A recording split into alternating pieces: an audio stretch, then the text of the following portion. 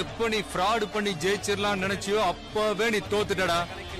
தம்மா துண்டு பிளேடு மேல நீ வச்ச நம்பிக்கைய உன் மேல வை, ஜெயிக்கலாம்.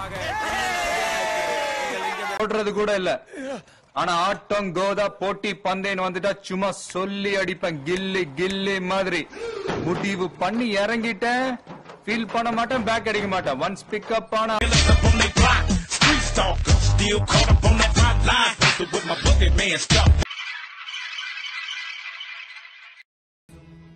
அந்த பாயா இருக்கணும்டா.